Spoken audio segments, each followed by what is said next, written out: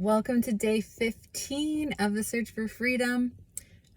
So excited that you're here. And this week I was struggling just with a relationship in my life and just some brokenness that is a part of it. And really just grieving. And I felt God whisper to my soul, remember the promises. And a couple of years ago, God gave me a promise about this relationship. Being restored and being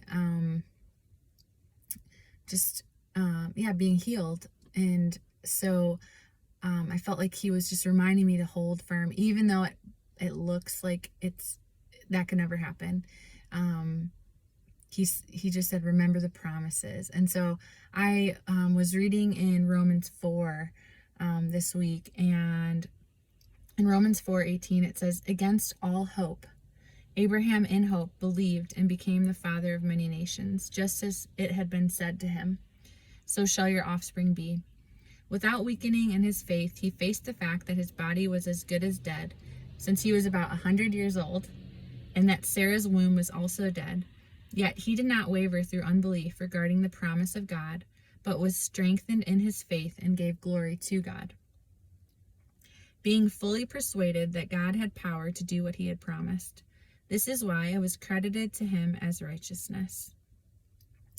And so Abraham, God had told him he would be the father of nations and many nations, and that he would have offspring. And he didn't have a son. He was almost 100, and his wife was as well. And in their old age, they had a son, and Abraham became a father, and then is still somewhat our father in a lot of ways. And so he's had all of this offspring in us. And so it says he didn't waver through unbelief, but instead was strengthened in faith and gave glory to God, being fully persuaded that God had power to do what he had promised.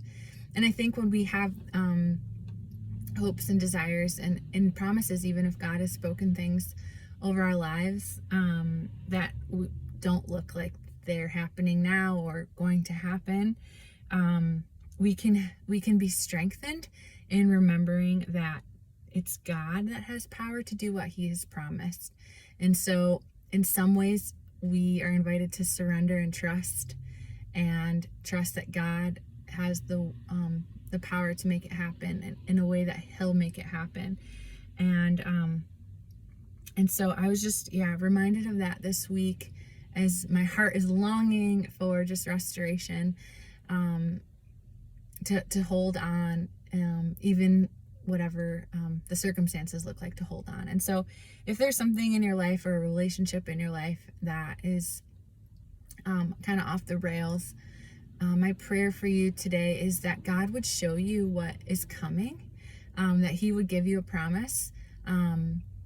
God can show us what is to come. He loves to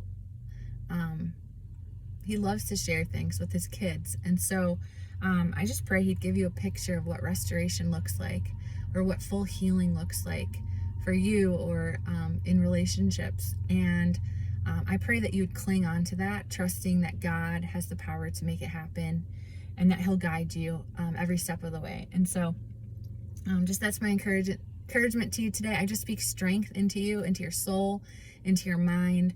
I pray just that your divine imagination would be sparked, that God, even now after you get off this video, you just spend time with him and ask him for a picture of what that looks like, what the restoration looks like, and to give you a vision of that you can cling on and hold on to until it happens. So I bless you today.